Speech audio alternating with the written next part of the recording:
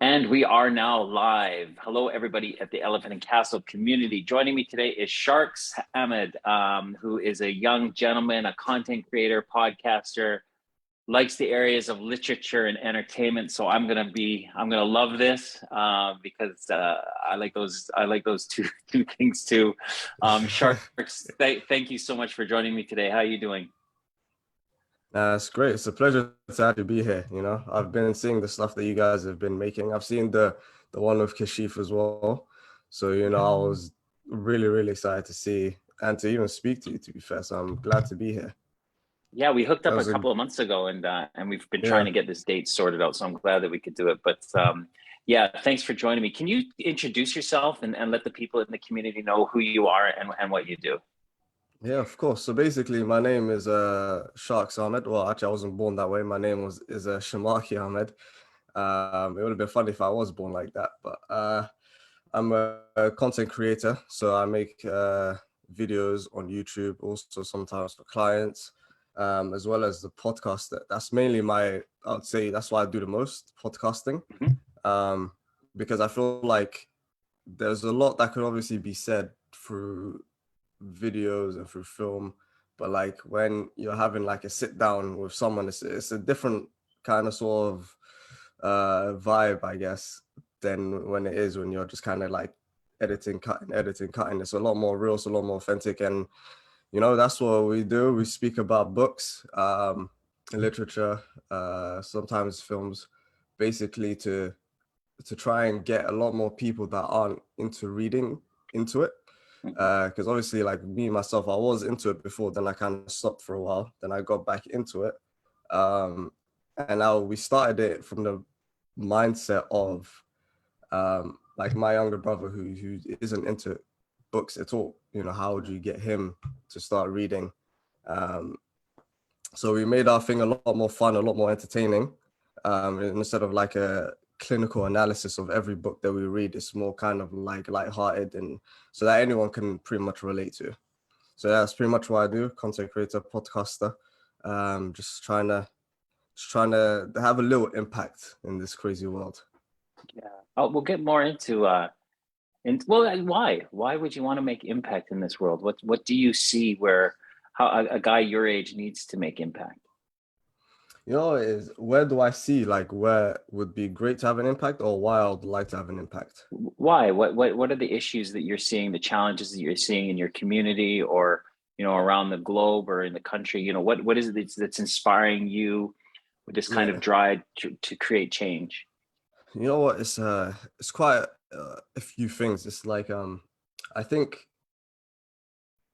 like for example, I don't know if you knew about a show called The Daily Show with like Jon Stewart. Hmm.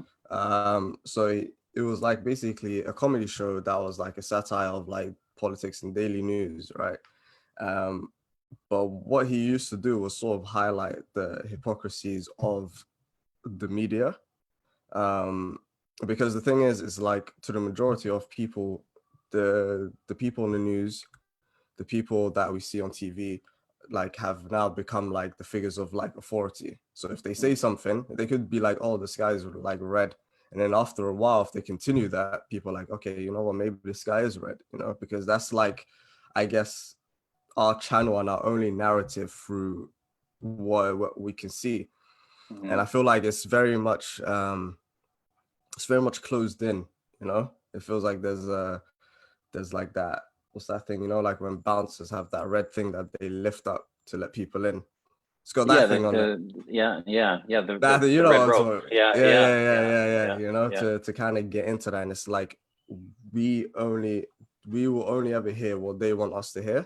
And I feel like that's a very like it's I don't feel like it's very authentic journalism. Um and that's what it is. I want to get to a point where my voice sort of matters in a way that it can almost come up against the sort of status quo or like what they would want us to think. Like like in my area, there's like a serious case of like homelessness. Obviously, the national insurance thing has gone up now. Like energy prices have gone up. Everything's gone up except like our our salaries or like our pay, you know? And then you're kind of like, okay, cool. They said that they would be doing it for the NHS. Then you realize they actually haven't put any money towards the NHS. Then you're like, okay, so I guess something's not adding up. But like no one would be on the news like coming out and saying this. It's just kind of like, oh, we have to put the pieces together. It's like, okay, everything's going up. Okay, and their salaries are going up. All right, that's interesting. It's just like there isn't a okay, this is what we've done. What do you think? And then where we've got like a chance to sit down and actually have impact. It's just kind of like, okay, this is what we've done and this is what it is. And then they'll just push their narratives on the media and make it seem like it's all right. So it's just seeing a lot of that. And it's kind of like, the great thing is about the technology and the new wave is that a lot of the hypocrisies that couldn't be highlighted before can be now. Like, for example, like Matt Hancock going viral for kissing his like worker lady, right? Before that, it might have been like a crazy thing, like on newspapers or this and that, but it went viral like the next day on the internet, and then obviously he had to lose his job and step down and stuff like that. But now it's kind of like sort of some hypocrisies are being brought to light. For example, again, the parties that they were having, this and that. If it wasn't for like social media and us like kind of pushing it, I don't think a lot of things would have been pretty much done by it. So yeah, that's why I feel like I want to make a sort of impact to be able to counterattack the narratives that they're always feeding us, you know? Beautiful. How old are you? If you don't mind me asking, how old are Yeah, you? no, I've got no problem saying that. 25. 25 years old. Yeah, I'm inspired. I'm inspired by your ambitions, your the spark in you to try to find the truth. I When you're right, appreciate that. the narrative that we hear on the news today is a narrative driven by people's agendas, and it's Yeah, not the it isn't the truth, and we are so blanketed by what we hear on the BBC or our yeah, ITV or Channel 4 news, and everyone just thinks of it as the truth. yeah, And I sometimes, honestly, Shark, sometimes I'm 51 and I yeah, go, what's going to happen? Like, where is this world going to go to with the wars and with the economy and with climate change? And then I listen to you and I'm yeah. like, we're going to be okay. We're going to be okay because there's going to be young men like you, Oh, that are going to yeah, keep trying to find the truth. And it's not even like you have to come up with firm answers. All you need to do is question it and say, yeah, hey guys, is what these guys telling us true? And yeah. is there something in the middle that we can find where, where there, was Will Smith wrong? What was it? Or was Yeah, Chris Rock wrong?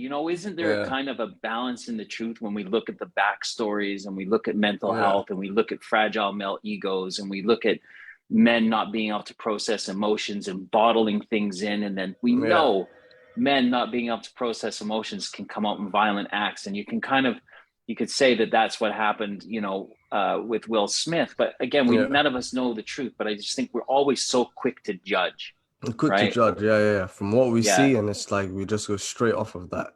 And yeah. it's like I think you know who also sort of sparked this ball was Gareth Bale. Um, I think there was a recent thing that the Spanish press did about him, basically calling him a mosquito, right? Mm, mm, Um, like sucking the money out of Real Madrid, but not doing much for them. And then yeah. I think for like a very long time, for the last like sort of 2 to 3 years that he's been there, he's been getting that kind of like disrespect from the Spanish media, like the whole Spanish media, right? Saying stuff about him. And then this was the one time where he was like, okay, I've had enough kind of thing, Mm, right? And then he's kind of like, okay, but we understand you guys are like journalists and this and that, but there is also an accountability on you guys to give information that is not only truthful, but can actually like benefit, instead of just constantly attacking me personally, because he's like, I am thick skinned. I am able to sort of handle this. But he's like, if you look at it in another perspective of someone else that isn't as thick skinned, then this is something that could ultimately, like lead to them ending their lives, because yeah. it's like, it's crazy what makes the news, what makes front page, You know, what makes front page isn't like, oh, the homelessness crisis. It's like if someone does something, if a celebrity does something that's unnecessary, and then on top of that, it's like that in and of itself, they don't always tell the truth. You know, it's so many, it's so crazy. Like I was like, I've always see it like when celebrities are like, okay, but you haven't told the truth in this article. And I'm thinking, these are people that are getting paid to write the story, right? They get a salary. They come home, they wake up, you know, like, and then it's like when they get to the desk and they're writing up these pieces, they just lose all morality. You know, they're like, oh, you know what? Forget the truth, forget this, forget that. And funnily enough, Boris Johnson actually got fired from the news company that he was at because he would tell lies. He would literally sit down and think, okay, what am I going to say about what's happening overseas? And then they were like, yo, all of this is just lies. So they kicked him out, and then he's now prime minister. So it's like this happens, and then where we would think, okay, cool, he's lied completely in his whole like sort of career. Surely people are gonna recognize that, remember that. But then, like I said, the narrative that is fed isn't like, oh, by the way, you know, Boris Johnson's he used to make up stories.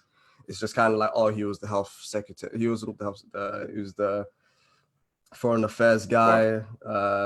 All of this stuff here is just like, I don't know how to explain it. It's just kind of like when you see it, you're like, you're literally just lying, but you're the New York Times, you're the Guardian. Why are we lying? You know, like what is it that you get out of lying? Is it someone that's like, okay, we don't want you to talk about this, but you can't talk about that, or is it like, is it the editors that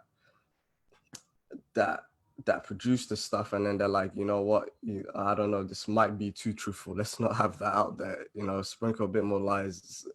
Yeah. I don't know. Or this is going to hurt one of our funders or one of our Or benefactors or something. Do you know what I mean? yeah. But it's like you shouldn't be in that position as someone that's like the authority of truth. And it's like Yeah. the reason why it hurts more is because you like obviously my parents listen to it. Like people like take that as like at first, like even me, I would just say it would be like straight like face value, like okay, whatever they say, oh, that is what's happening. But Mm. then the more like people like different people come out making videos saying, oh no, this is actually what's happening, then you're kind of like, oh, so, and then there's never an apology. It's just kind of like, oh, they just move on to that next story of what's the Yeah. actual truth, you know? Yeah. No one says, oh, my bad, we made a mistake about this Yeah. story. It's just, I don't know, man.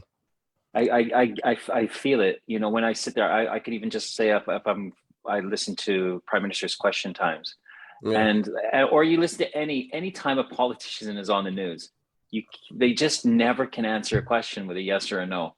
yeah, They always have to spin it. They always have to like deny or kind of put another yeah, phase on yeah, something. yeah, There's yeah. never any truth in it, and these are people who we elect, Yeah, these to are guys run, that are yeah, running. Yeah, yeah, to yeah. run stuff. And somebody, like I like listening to Russell Brand because Oh he yeah, really, yeah. he likes to just dig dive. I know people call him a right wing conspiracy or a right winger and stuff like that, but And I also, mean, yeah, everyone's gonna call somebody something when it doesn't, when he says something that yeah, is opposing to their views.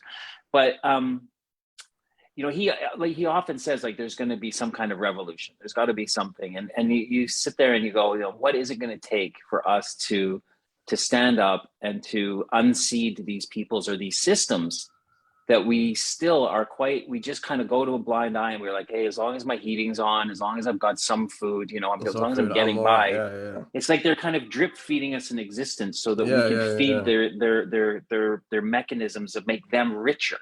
yeah, And I just think it's wrong when politicians can have jobs on the side that earn them like a $500,000 to £1 million a mm, year on top of their £80,000 a year MP yeah, salary. And this gets voted unanimously through the House of Representatives, the people who are meant yeah. to represent us, and they don't. And And it's they all don't. the That's big, the yeah, yeah. yeah. So I It's never all want you to crazy. get hurt. I don't want you to get hurt, but I feel the revolution is going to come from guys like you. Maybe it'll be a technological revolution or something, but it's going to take some really smart young minds to figure out a way to unplug from the Yeah. system. But You know what it is? It's yeah, like I have a theory on how it could happen. right? Okay, tell But me. but the thing is, like I said, I'm very it feels very at this moment in time where I am, I feel very, uh, so to speak, small. You know, Mm. it's like the Lord of the Rings when Frodo gets given the ring to destroy, and he tells Gandalf, like he opens up for once, and he's like, "Okay, look, I'll be honest with you. I feel like this is going to be dangerous, and I feel very small." Uh, and because it's like, I'll tell you the theory, and you can't understand why. So let's look at it in the perspective of the American culture, right? And what was happening in America, because there's more of a like a linear that you can kind of follow. Whereas in the UK, like people from different ethnicities, first it was like the Indians, the Pakistanis, the Bengalis that were here, and then like other and the Jamaicans, and then other countries were like. So there isn't like a linear line compared to like how it is in America of like slavery, then civil rights, then like now pretty much, you know.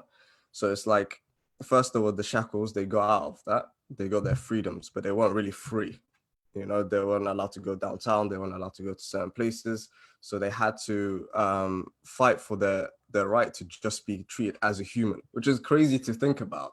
But like, what's crazier is there was a media team back then, and they would push that these guys aren't human. So it's like, why would we now believe that the ones we have now running the media aren't any different to like those that did it? Because they to themselves must have thought what we're saying is correct, you know?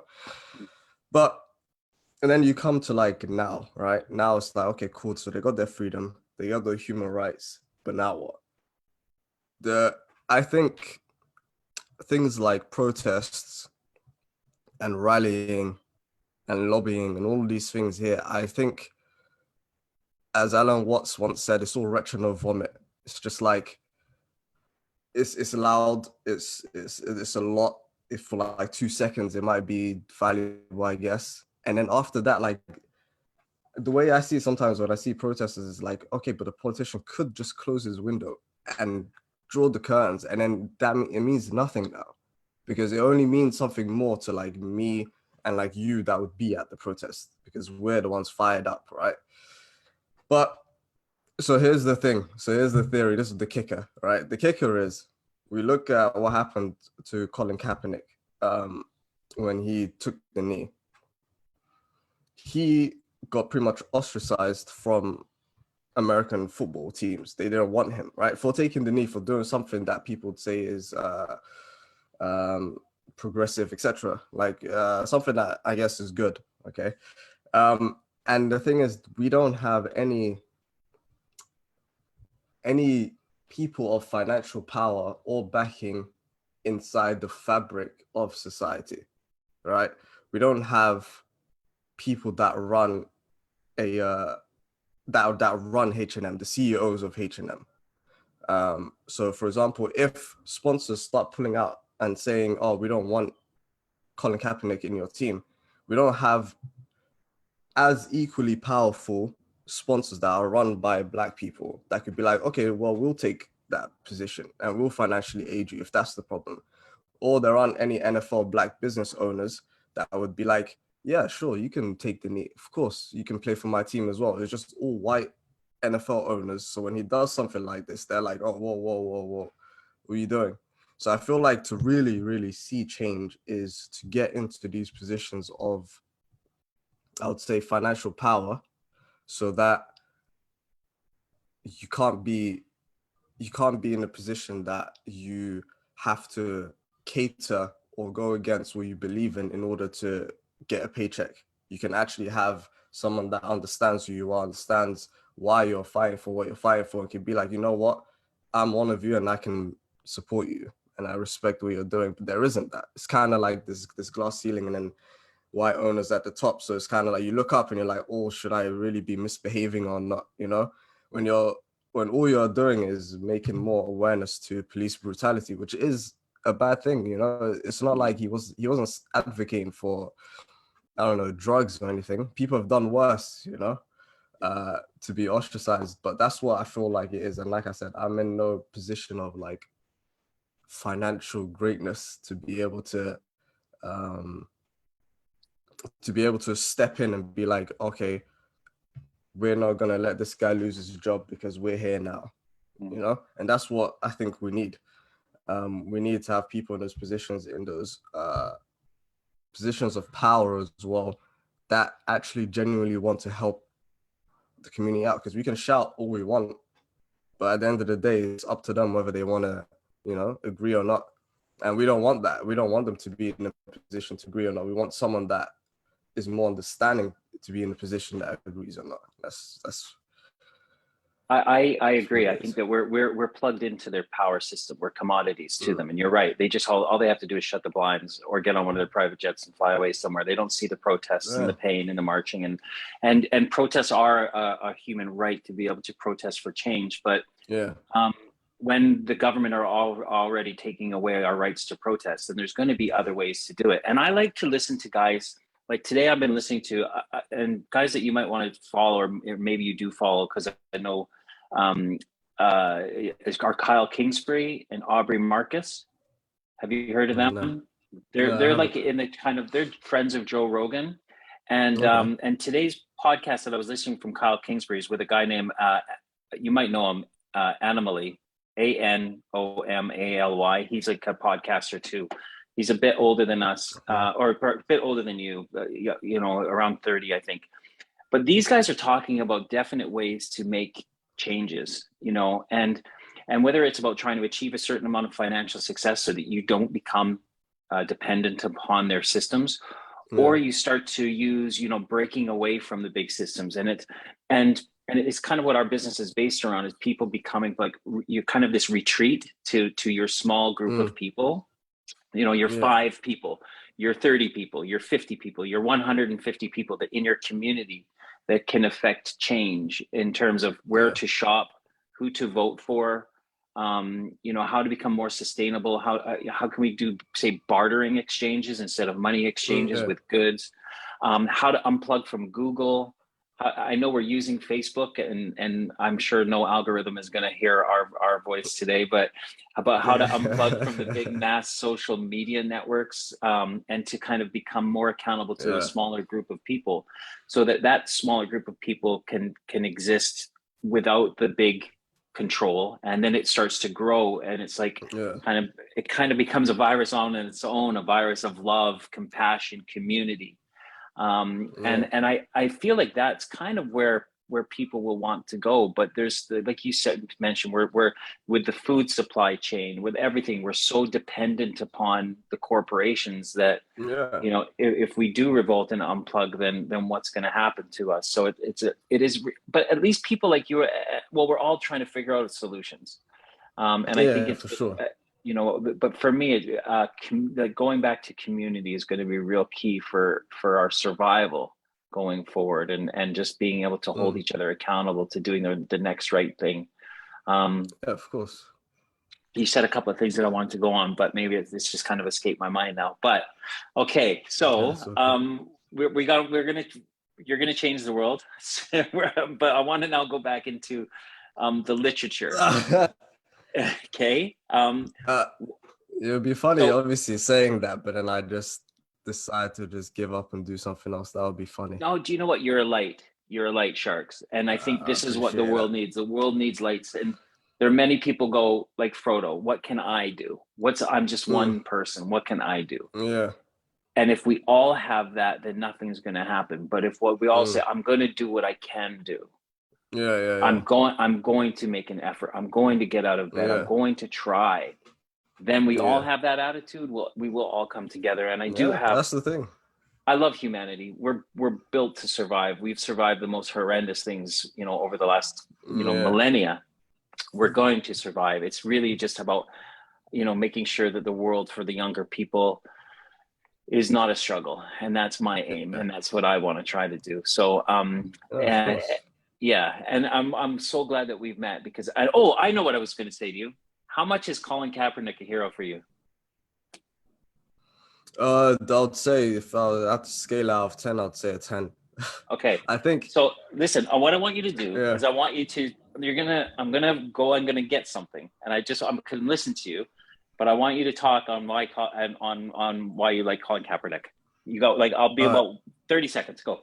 that's so good. That's so good. So basically, the reason why I would say is because if you look at what the position that he was at, hello people of the world, the position that he was at was he was financially stable, essentially what we would say successful, right? He didn't have to worry about not missing rent, etc., etc., etc.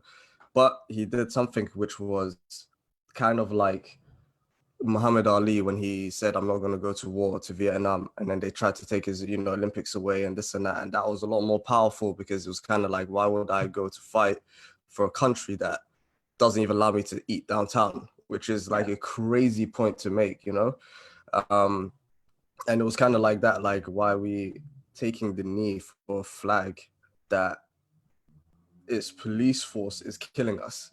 It Yeah. doesn't make sense. It was a contradiction. That's what he highlighted in the position that he's from. If it was anyone else, it would have been like, okay, that's cool. But because he did it with putting on the line his Mm. financial success, his freedoms, I guess, to put all of that on the line for something that he believes in, I think that's the ultimate courage. Of I what he did love the there. guy. I personally, I thought he was a great athlete too. Yeah, And I think that it was a career that was cut short, yeah, because of the stuff. But I did. Okay, this is real. Okay, check yeah. this out. Ready? Ready? No way. That is a signed Colin Kaepernick jersey. No way. And listen, my friend, it has sat in the closet, untouched. It's yours. It's yours. Nah, nah, I Let's can't. I can't take no, it. I honestly can't take it. no. You're gonna take it. You're gonna come. We're gonna meet. That is yours. Okay, a signed Colin Kaepernick jersey. Nah, that is wild. Yeah, it's Oh yours. my God, what? It's just it's been sitting in Oh my my, closet. nah, nah, nah. Oh Yeah, my God. it was given to me a few years ago, and I just was like, and I wore it once at a Super Bowl party, and then it's just Yeah. been hanging in my closet. And then as soon as you talked about Colin Kaepernick, it just felt in my heart. I'm like, this is meant to be Sharks. Nah, honestly, I don't know how to repay you. I don't know what No, no, to. no, no. There's nothing. It's yours. It isn't mine. It isn't Ah, my. It nah, was. but it's I was signed just as well. yeah, This is yeah, this is this is gonna be someone that I think long after like he's yeah. gonna Look, be remembered. look at that. Nah, that is I don't. Oh my God. Okay, so you let's get that to you, but we got another 15 minutes. Oh That's boy. you know what? All right, It's never cool. felt like mine sharks. Wow. It always felt like it was going to go somewhere else. So that's yours, buddy. No, I genuinely appreciate it. Thank you so much. Thank you so Yeah. much, Nick. I mean, I'm speechless. I'm actually like, I don't know what to say. That's the craziest thing. No worries, buddy. No Oh worries. wow. It's a pleasure. We still have another 15 minutes to go. So listen, Yeah. and I wanted to get in this, but I mean, you're such a great kid. Not a kid, Yeah. sorry. You're a great young man. It's And fine. Don't worry about it. It's cool. and literature is a really interesting thing for me because I majored in literature at university. I did a Okay. Yeah. Bachelor of Arts in English Literature and History. Yeah. And I remember at the beginning, our bibliography, the amount of books that we had to read was somewhere in the region of about 3,000 over. And like we didn't have to read them all, but it was a Yeah. lot of books. And Yeah. you know what? Like there was only one or two books that I read cover to cover because you're constantly writing essays and you're going into books Yeah. and so there was never the time to really ingest a whole book. Proper. Yeah, yeah, yeah. Of course. Funny, one of them was Bret Easton Ellis's American Psycho when we were doing postmodernism. Okay. Yeah. And another one was called Jeanette Winterston, Written on the Body, when I was doing a Mm. class in feminism. And they were the only books that I actually got through cover to cover. And Okay. Yeah. the rest of the time, when I was studying 18th century novels and, Shakespeare and Chaucer and Yeah. American literature, again, you were just kind of skimming books. Skimming. Yeah. But I'm going to be honest, I had a real hard time reading because I have one eye that is very, very weak, my left eye, and I always had it since I was a kid. Yeah. And when I was in school, I remember I was about 8 years old, and I had to read a page in I can't remember what book it was, but I was 8, Mm. and I'm the kind of guy I have to read one word at a time because I can't. My I eyes see. just don't. Okay. Yeah. Yeah. So I'm a very slow reader, Mm. and the teacher made fun of me, and she basically called me Wow. a dummy in front of Yeah. everybody, and I was punished by being put in a closet. What? Yeah. She was like, "You don't belong in this class. You're not very smart. Go sit in the closet." So Yeah, this teacher wasn't very, obviously she wasn't very well. And yeah. but you know, that caused a lot of shame. Mm. Uh I thought because I didn't read very well, that I was stupid. Oh It man, it yeah. it gave me a lot of trauma through my life, in terms of like just feeling inadequate. Mm. So when you're looking at literature and you're giving people books to read, like do you kind of take into consideration that reading sometimes is really hard for people? Yeah. um I'm just wondering, and has Yeah, no, anybody a ever hundred. come to you with that? And because it's such an amazing source of beautiful Yeah. entertainment and knowledge. I mean, I do like reading. I just really struggle with it. So, nah, of course, of course. That's the thing though. I think um it's a case of with reading, like it's we have had people that have like messaged me like personally before, saying before that they had a very like tough time reading. Mm, Um, but it was kind of like, for example, I think it was the way like we would sometimes break down an episode or a book. It would kind of be a lot of it drawing inspiration to stuff that relate to us. mm, Stuff that, like, for example, if we're doing Lord of the Rings, it's not like a clinical analysis of like, oh, look at the way he used this alliteration to show.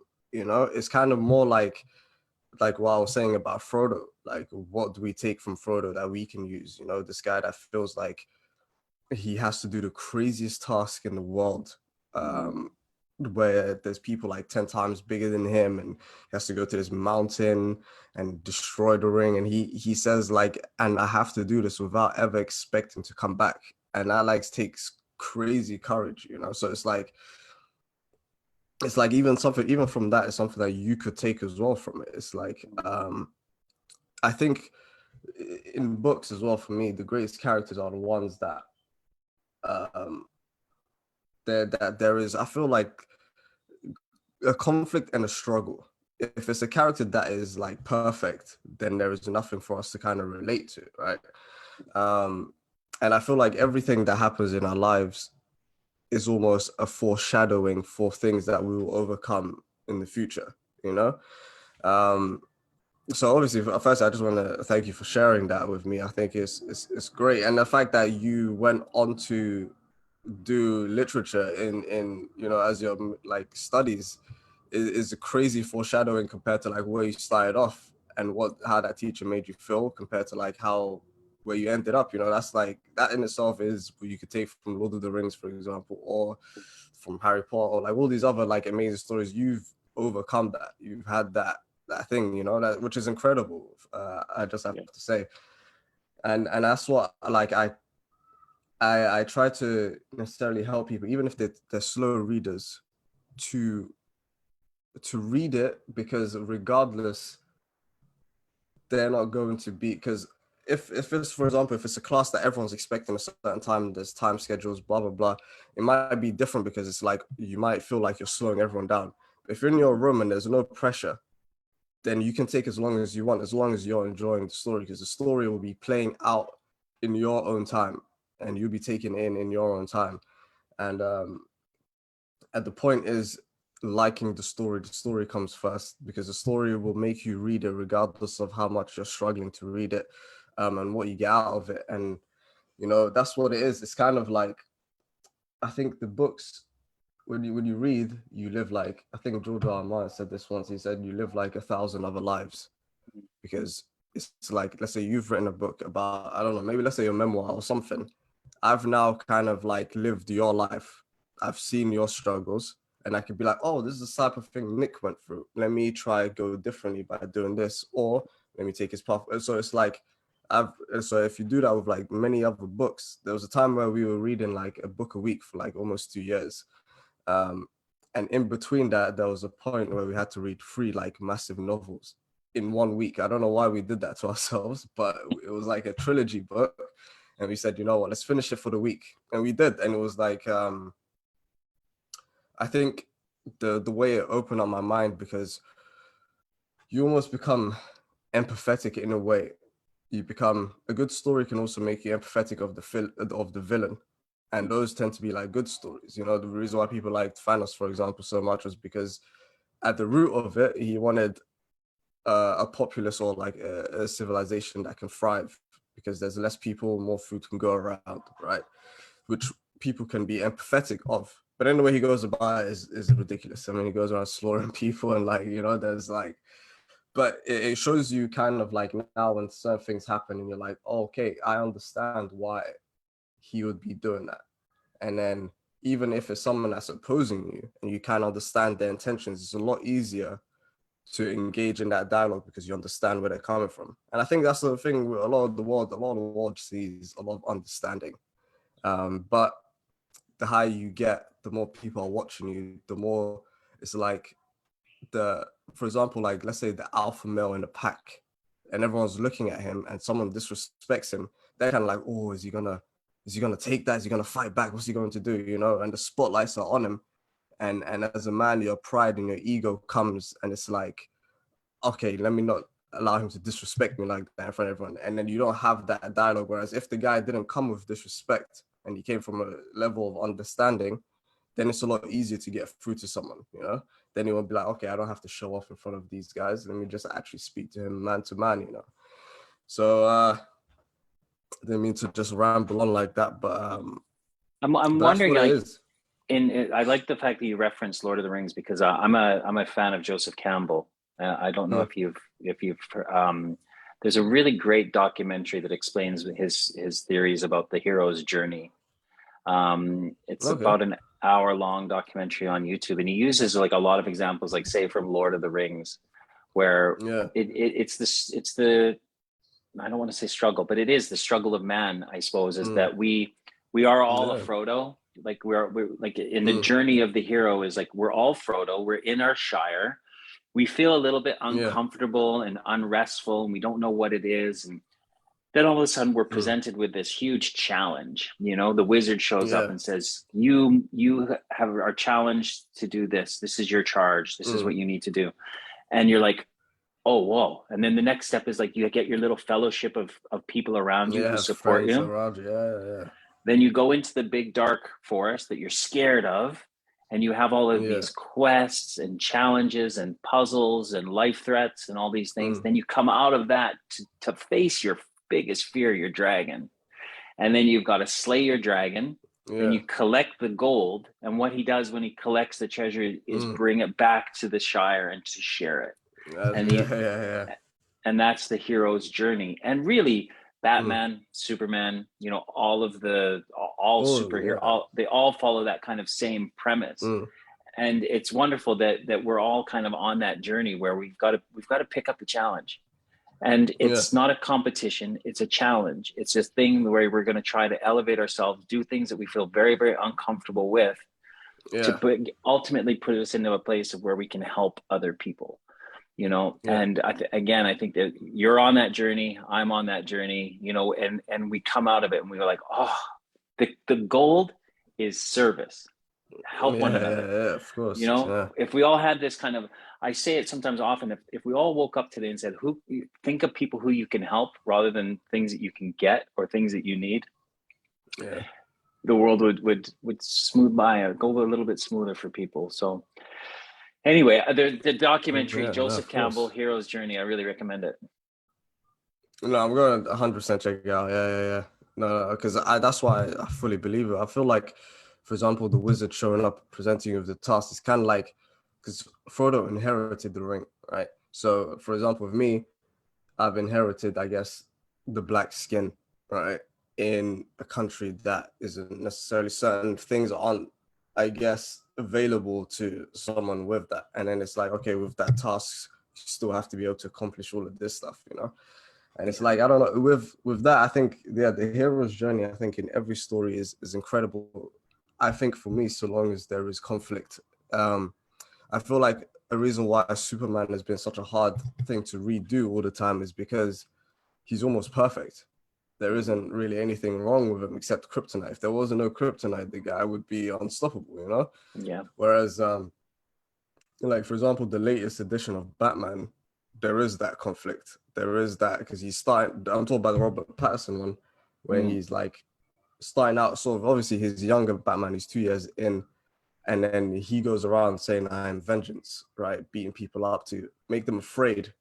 Mm. And then when he catches, oh, this is a spoiler alert. I don't know if Oh I yeah, should. don't say anything because Nah, I want nah, to go nah, watch yeah, it. yeah, yeah, yeah. Let me not, yeah. Of course, I realize we're on live.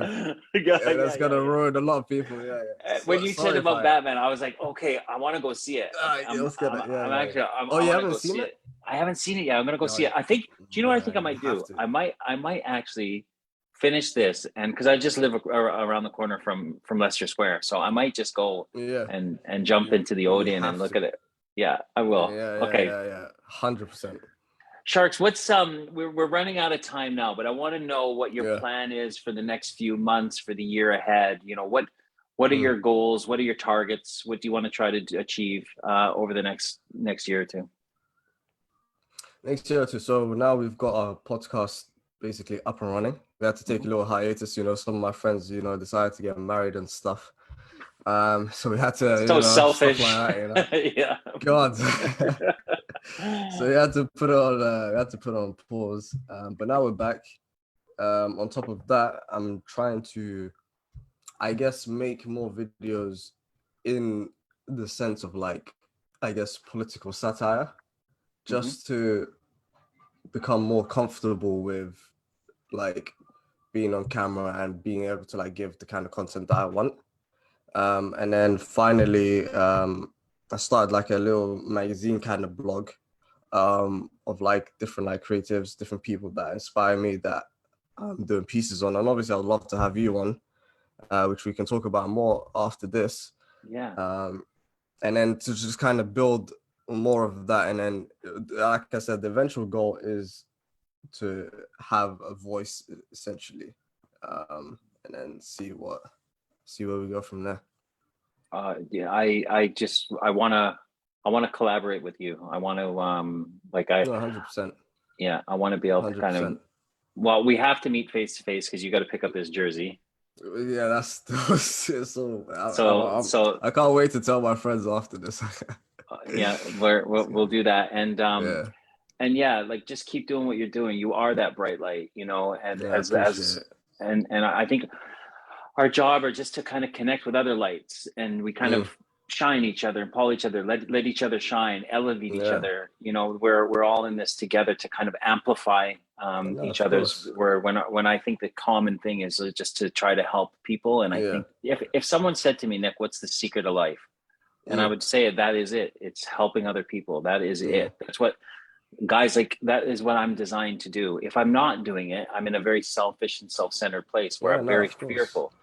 But when I get into a place where I can help another human being, man, life just kind Mm, of like I say, it just sails by and yeah, on a even keel rather than these ups and downs that I used to have. no, So 100%. And you know what it is with you? I feel like there is a genuine sense of sincerity about it. Like even how you reached out. Um, Actually, because a lot of people like sometimes they'll reach out and then it's kind of like things just fizzle away and they're not like actually as serious as they were. But then like the fact that how you were and how like you are willing to like give, I guess, someone like me that hasn't achieved much just yet, I guess, the chance to be able to come and talk and to discuss. It's like a lot of people don't do stuff like that. They feel like very prestige in when they get to like certain areas. But with you, is that there's a genuine sense that you want to help, and I feel like that's what a lot of people should like. I think that's what a lot of people just gravitate towards you, and I feel like it's like everything is just genuine and sincere. So it's like it means more for me hearing it from you than I guess hearing it from someone else, because I know your heart is just all in it, which is amazing. I feel like I said, you should as cliche as the saying is, pat yourself on the back uh, for I mean well, everything you've done. my feelings are mutual towards you, my friend, and I appreciate I'm it. really looking forward that we're on this path together and this journey together. Yeah, And I can't thank you enough for being on here today. Thank you yeah, for of joining course. me. Would you know what? And I think I just have a feeling that maybe we can make this a regular one. Like I know I have people on Yeah, every what again, but I think definitely around the subject of literature and books. Maybe we could even do a little kind of a book thing for the Elephant and Castle community. yeah, that'd And be maybe cool. maybe we just have every month or two we can do a book thing, Book and we'll club have you kind of on thing. doing. Yeah, Yeah, yeah, yeah, of yeah. I course. think Yeah, that'd be yeah, really yeah, yeah. cool. It's a good shout. Beautiful. Yeah. All right. Well, listen, let's hang on. I'm gonna disconnect from the Facebook Live. I'll thank you everybody for joining me and for Sharks. Don't forget to join me on Thursday at 11 a.m. for another Tough Through Tender gathering. We'll see you all then. And again, thanks, Shark. Always a pleasure. Big pleasure. Bye.